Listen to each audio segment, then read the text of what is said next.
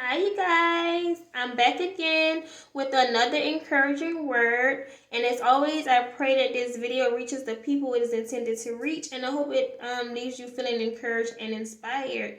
Today's segment is entitled, Will You Break Through or Will It Break You? And we're going to be talking about basketball today. That's why I have on my basketball shirt. Y'all see me, huh? We're going to be talking about free throws. We're taking free throws. So basically, basketball is a sport that requires like a lot of effort from different people, right? You have the coaches, you have the players, you have the cheerleaders, you have the referees, and the fans, right? So what does the coaches do? The coaches recruit, right? They recruit people, they put their team together, they build a team, and they encourage their players. They talk to their players, they train their players. Sometimes they even yell at their players. You may see them on the sideline fussing because the players are, doing dumb things or missing shots that they shouldn't be missing. So a coach is kind of what builds the team. So, but you can't have the coach with no team, right? So the players is basically what makes the team, but you need somebody to lead that team too, right? So the players' job, they have to show up to practice and to the games on time. They have to be disciplined. They have to study their playbook. They have to exercise. So the coach has to have a job to do. The players have a job to do. So you can't have one without the other. Everyone is kind of like codependent upon one another. We need the referees to call the plays. The cheerleaders kind of just cheer you on. And during halftime, they may put on a halftime show, And of course, you have the fans. The fans are, they're there to support you. They're just there for the fun, things like that. So in life, you have two teams that you can choose from. And I'm here to encourage you today to choose God's team. Because that team is undefeated. That team hasn't lost. And that team is the best team to be on. And God is the coach of that team. Let God be your coach. Because God can build you. He can inspire you. He's already recruited you. When he died on the cross for you, he already recruited you. So why not let him be your coach?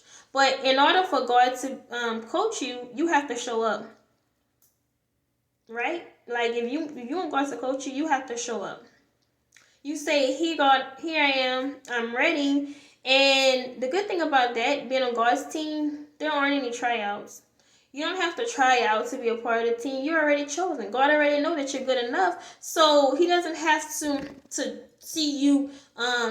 Let me see you do a layup. Or let me see how you dribble. Or let me see if you can do this or do that. God already knows what you're capable of. Just like a coach of a team. He knows what his players are capable of. He knows their strengths and their weaknesses.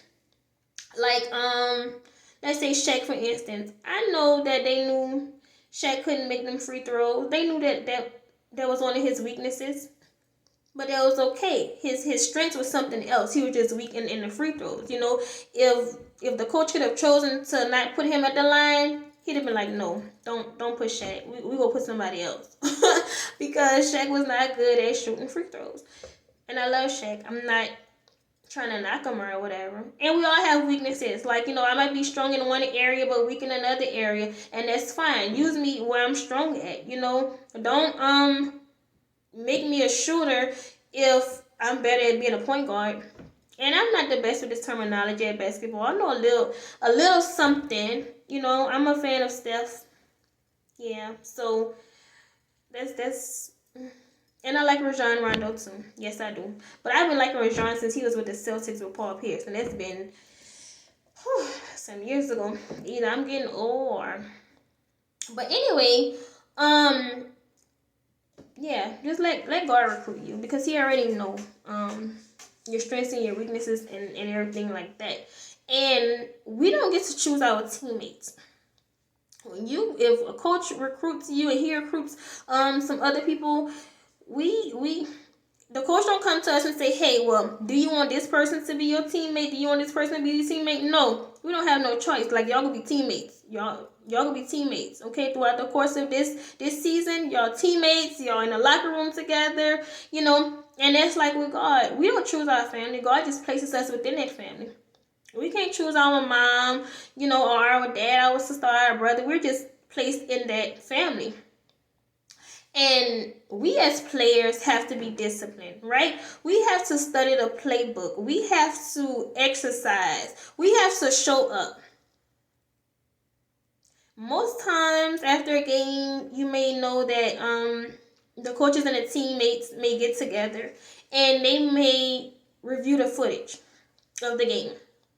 And the coach may be like, okay, this is where we messed up at. This is where we lost the game because, you know, ABC.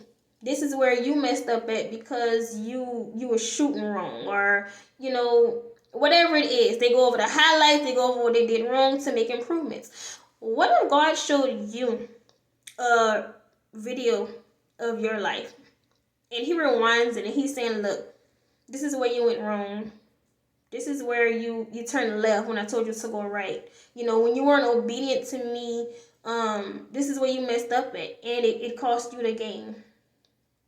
You know, because we all made some wrong turns. We've all done things that we aren't proud of. We've all fallen short. You know, but the thing is to rewind, see where you messed up at, and learn from that mistake and move forward. You know, and just keep progressing. You can't dwell on the mistakes. The reason of reviewing the camera footage is not to say, hey, you messed up right here. So, you know, we're not gonna laugh at you. We're not gonna be in the locker room laughing at you because you messed up. We're gonna learn from your mistakes. So we don't commit those same mistakes. We're gonna learn from your mistakes. So, you ever notice how intense a championship game is compared to a regular season game? So a championship game is more intense, right? Because it's like, this it. We're going to win or we're going to go home. We're going to go home anyway, but are we going to go home winners or are we going to go home losers? Are we going home with the trophy? Are we going home with the ring? Or are we just going home on a plane with tears? Or riding a bus? And that's a long way when you're lost and you just carrying it, you know. I've seen players cry on the court because they're so hurt because, you know, they've come this far and they lost. But, you know, even with my son played bitty basketball and they didn't win. They still gave him a medal and he was kind of like torn apart about it. He wanted to cry and I was like, that's okay. You know, you win some and you lose some. What Pop said, you win some and you lose some. But during the championship game, it's like everyone's under pressure. You have the players under pressure, you know, you have the coaches under pressure, you have the fans, us at home is under pressure because we just watching that game and we shouting at the TV like the people can hear us because we're rooting for them, right? We want them to win. So in life, you know, when the pressure is on us, you know, we feel pressure in life, right? You know, things may start going wrong in the same day, and you just feel pressure. Your washing machine might go out. You might catch a flat tire. You know, just whatever, and you just like, look, man, everything is just going wrong. I'm under pressure. But in basketball, the person with the ball in the hand is the person who receives that pressure, right? That's the person who's under a lot of pressure, the person who have the ball in their possession. So if I had the ball in my possession and I'm dribbling down court, everybody's looking at me to see what I'm gonna do with the ball. Okay, well, is she gonna shoot the ball? Or is she gonna pass the ball? Is she gonna do this, do that, whatever? So the reason why you're under a lot of pressure, you feel a lot of pressure, is because the ball is in your hand.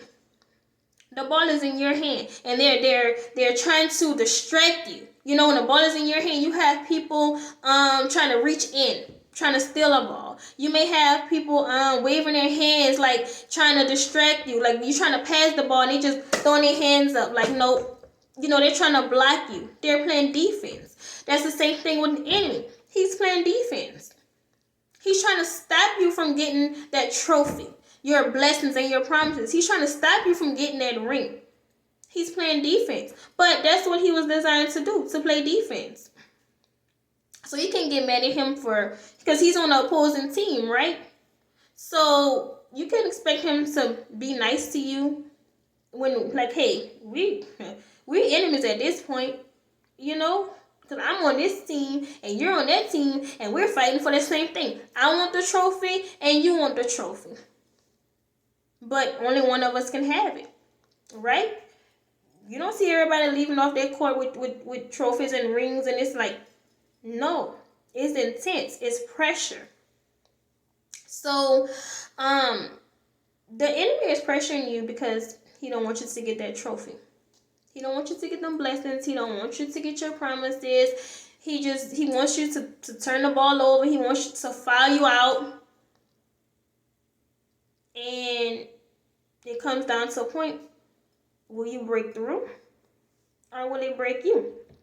So this picture, you're in the last quarter of the game. You know, we're in the fourth quarter, the score is tied, 10 seconds left on the clock. You are the star player. You're Steph, you're LeBron.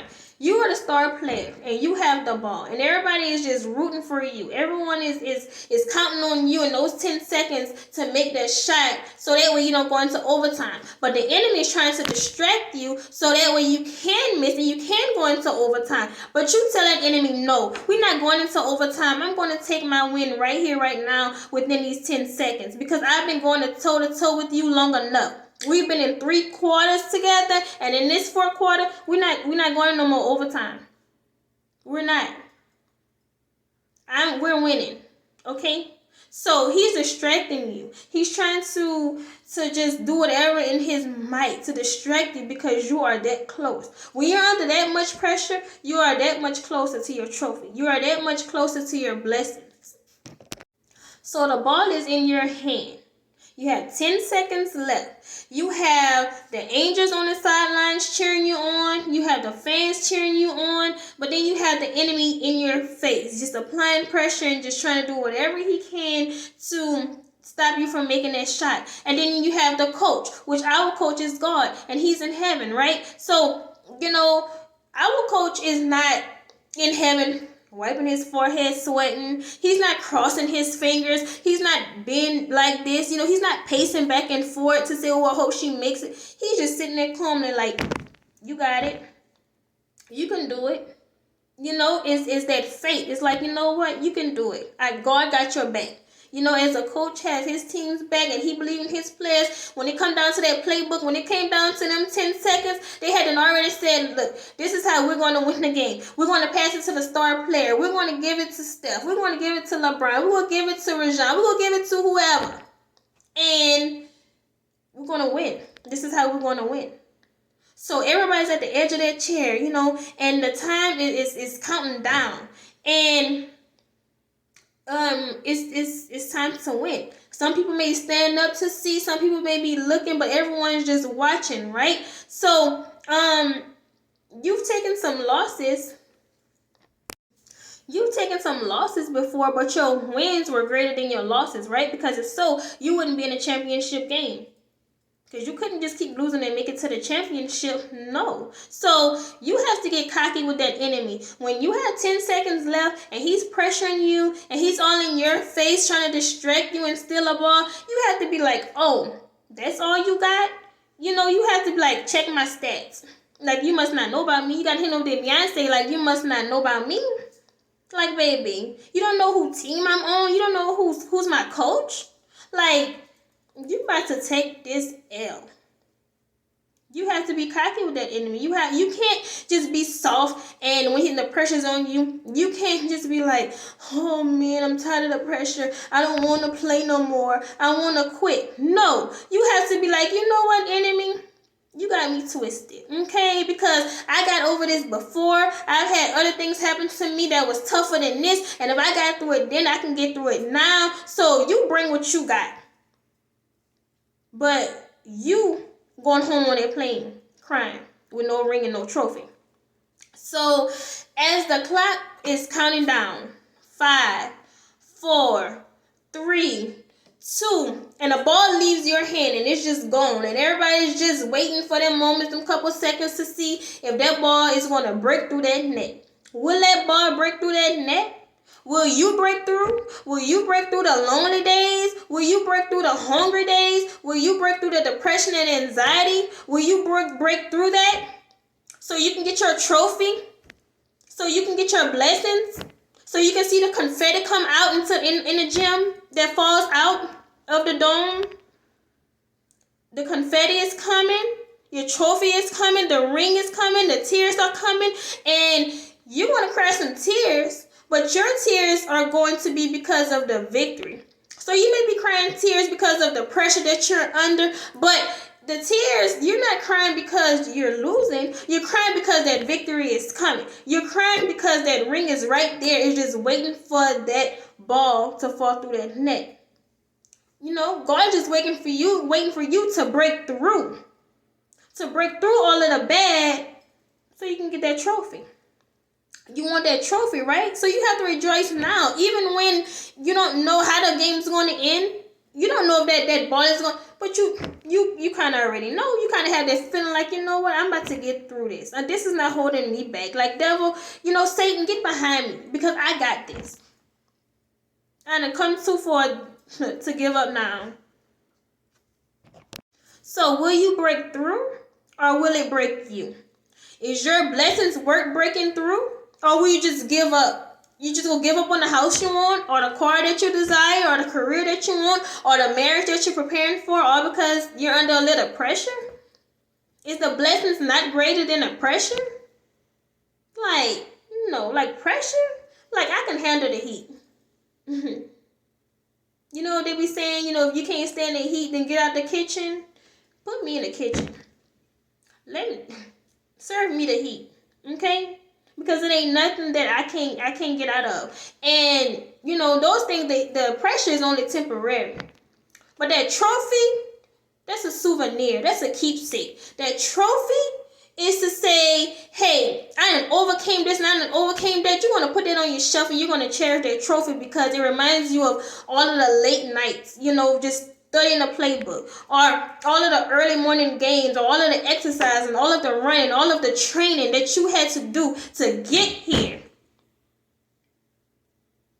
That's what that trophy is. And you're going to wear that ring proudly. Like, hey, I have a ring. It don't matter how many times, you done tried to go to the championship and you lost and you failed and you couldn't get there. But now that you are here, we winning.